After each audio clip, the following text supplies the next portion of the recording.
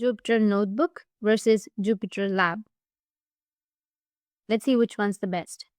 The Jupyter Notebook is a classic single document interface. It's ideal for creating interactive notebooks.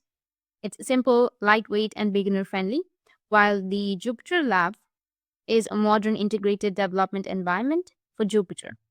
It supports notebooks, terminals, text editors, file viewers, and extensions all in one interface. It's highly customizable and modular. Under the features of a notebook, we have basic notebook editing and execution, limited built-in tools, and it relies on browser UI.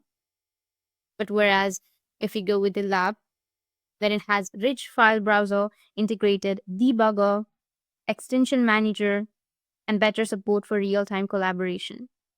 You can choose Jupyter Notebook if you want simplicity, quick experiments, or classic interface.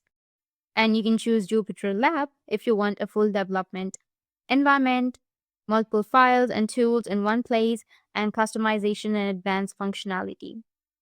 JupyterLab is the modern, more powerful upgrade, and Jupyter Notebook is minimal, straightforward, but less capable.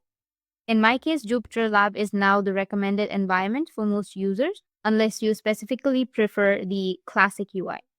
That's it, and if you have any questions, feel free to comment below. Thanks for watching.